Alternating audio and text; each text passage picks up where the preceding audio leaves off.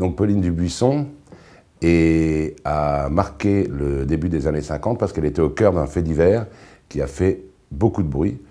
Elle a tué en 1951 son ancien fiancé, son ancien amant, comme on disait à l'époque, qui ne voulait plus d'elle, qui ne voulait plus se marier avec elle.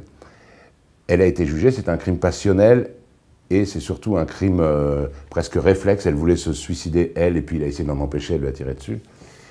Un crime passionnel comme il y en avait beaucoup à l'époque. Et à l'époque, on était très tolérant avec... c'est-à-dire que c'était soit l'acquittement, soit au pire 5 ou 6 ans de prison. Elle a pris les travaux forcés à perpétuité. Ça s'explique parce que toute la société française, le procès a fait beaucoup de bruit pendant 2 ou 3 mois, ça a été complètement oublié ensuite, toute la société française s'est ruée sur elle. C'est-à-dire qu'elle a incarné ce que la société ne voulait pas, ce dont la société ne voulait pas, c'est-à-dire une femme un peu plus libre, un peu plus rebelle, un peu plus délurée selon eux, que ce que la société voulait depuis des centaines d'années, des siècles, conserver comme image de la femme. Son père la traite comme un être exceptionnel, lui passe tous ses caprices, de plus en plus fréquents forcément, en fait à la fois sa prisonnière et la reine de la maison. Seul éducateur, il alterne très équitablement l'autoritarisme et le laxisme. On imagine ce que cela peut causer dans la tête d'une personne de 7 ans. Et c'est le seul moyen qu'il a trouvé pour se sentir le droit de construire sa fille comme un bateau, de la blinder comme un cuirassé ou de la dresser comme un pur-sang, de lui apprendre à gagner. Tout à son travail de petit créateur amateur, il oublie juste que les meilleurs des pur-sangs se cabrent et ruent, souvent plus que les autres d'ailleurs, et que même un cuirassé peut couler. C'est la mère qui décide. Pauline Dubuisson a eu une enfance très particulière.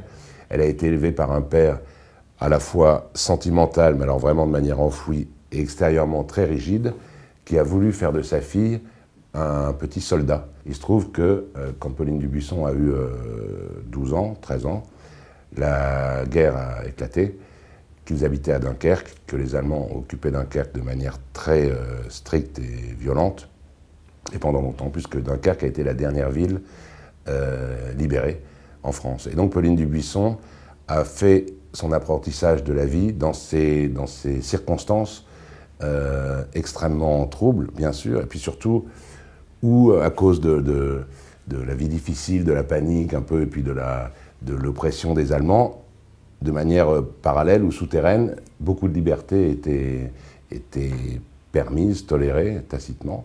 Et donc elle a couché avec des Allemands, très jeune, et, ce qu'on n'a pas beaucoup dit au procès et dans les journaux, poussé par son père, presque. C'est-à-dire pas vraiment de manière claire, mais son père était un collaborateur, il était entrepreneur de travaux publics, il avait besoin des Allemands pour continuer à travailler, il avait besoin des contrats de construction.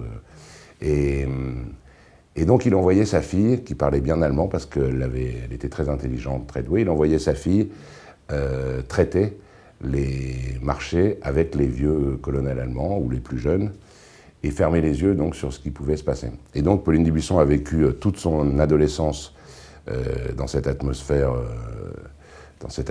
vraiment à la fois douloureuse et débridée. Elle a été tendue à la Libération. Dans l'arène du palais de justice, Pauline Dubuisson a combattu toute seule, en éclaireuse, face à une génération entière, celle d'avant-guerre, face même à des centaines d'années de vertus hypocrites de méfesses et de domination masculine, face à une société qui ne voulait pas d'elle, qui ne voulait pas des filles comme elle, que le ciel l'en préserve. Elle n'était que ça, une fille, autant dire pour eux presque rien. Mais elle les a regardés droit dans les yeux, les vieux maîtres, vaillamment, irrévérencieuse. Elle n'a jamais baissé la tête, ne s'est jamais tordu les doigts en sanglotant de honte, comme doit le faire une femme. Elle n'a pas poussé des cris hystériques, ni jamais ne les a suppliés de lui pardonner. Et cette résistance frontale, cette insolence les a rendus fous, de rage. Ils l'ont vaincue, évidemment. Ils l'ont détruite. Ce procès, qui a été d'une grande rage de la part de toute la société masculine, et puis aussi, c'est la société d'avant-guerre qui lutte contre ce qui est en train de devenir la société. Ça m'a intéressé, cette période d'après-guerre, où il y a vraiment une mutation. Et Pauline symbolise ça, mais les vieux mâles d'avant-guerre l'ont prise comme bouc émissaire. Et Et voilà, elle a payé très cher. Donc ça, je rappelle, c'était au début des années 50. Même dans les années 90, on trouve des livres ou des articles de journaux qui la traitent encore comme vraiment un paria de la société et qui est une fille froide, sans cœur, sans morale, sans âme. On l'appelait la hyène, le monstre, voilà. Et donc j'ai voulu, moi, la regarder de manière la plus objective possible et avec bienveillance. Et puis avec un peu de détachement pour pas quand même, avec le recul des années, ça permet de prendre les choses un peu moins au tragique, même si pour elle, ça a été plutôt triste. Il y a 5 minutes, j'ai reçu un email de mon ami Richard Guettet, dit Chantefort, écrivain de talent et animateur sur Radio Nova. Il m'explique qu'il organise une soirée de lecture qui sera diffusée en direct sur Nova, en partenariat avec un food truck de hot dog. Jusque-là, rien de très effrayant, mais voici le principe. Toutes les personnes qui viendront lire un extrait de roman contenant le mot saucisse se verront offrir un bon hot dog. De nature curieuse, je me suis dit, voyons s'il n'y a pas le mot saucisse dans un de mes livres. J'ai donc tapé saucisse dans la zone de recherche du dossier qui contient tous mes romans sur mon ordinateur. Mes yeux se sont écarquillés comme des soucoupes volantes. J'ai écrit 8 romans jusqu'à présent, 9 en comptant celui-ci. Je les ai vus s'afficher les uns après les autres. J'ai mis un moment à encaisser. De 1997 à nos jours, alors que mes histoires ne se déroulent jamais dans l'univers de la charcuterie, et que personne de ma famille, ni même plus généralement de mon entourage, n'a jamais confectionné ni vendu la moindre saucisse, je n'ai pas publié un seul roman qui ne contienne pas le mot saucisse. Enfin, ce n'est pas tout à fait exact. Dans Vie et mort de la jeune fille blonde, sorti en 2004, il n'est pas question de saucisse. C'est d'ailleurs celui de mes romans qui s'est le moins bien vendu, nettement. Refusant d'admettre ce que la logique était en train de me ricaner à l'oreille, je ne vends des livres que s'ils parlent de saucisses, j'ai vérifié que je n'y avais pas évoqué une chipolata, une merguez, des choses comme ça. Bien m'en a pris.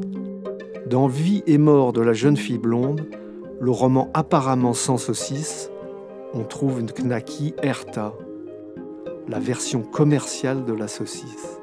Lourde erreur. Alors c'est évidemment une histoire sombre, douloureuse, pathétique. Je me suis posé, moi, la question de savoir comment j'allais pouvoir traiter ça. Parce qu'en fait, mes 7 ou 8 premiers romans parlaient de plus ou moins de ma vie ou de vie à peu près parallèle à la mienne. Je pouvais donc les traiter avec autodérision et me moquer un peu de moi-même. Évidemment, alors Sulac, c'était plus facile parce que j'arrivais, Bruno Sulac, je le considérais un peu comme une sorte d'ami ou de cousin qui aurait pris une voie parallèle. Pauline Dubuisson, j'ai beaucoup plus de mal. Elle a vraiment eu une vie qui est lourde et dans laquelle il n'y a pas de possibilité de légèreté quand on la raconte. Mais moi, j'ai essayé de garder le ton que j'avais en fait dans mes premiers romans, dans mes premiers livres.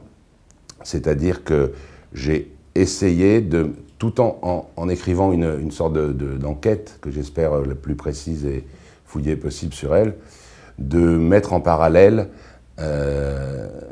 ma vie à moi pendant ce moment-là, parce que j'ai passé quand même presque 2 ans complètement enfermé avec elle, soit dans mon bureau pour écrire, soit dans les salles d'archives ou les commissariats dans lesquels je suis allé pour trouver des informations. Mais j'espère avoir réussi à apporter un peu de distance par rapport à la gravité de sa vie.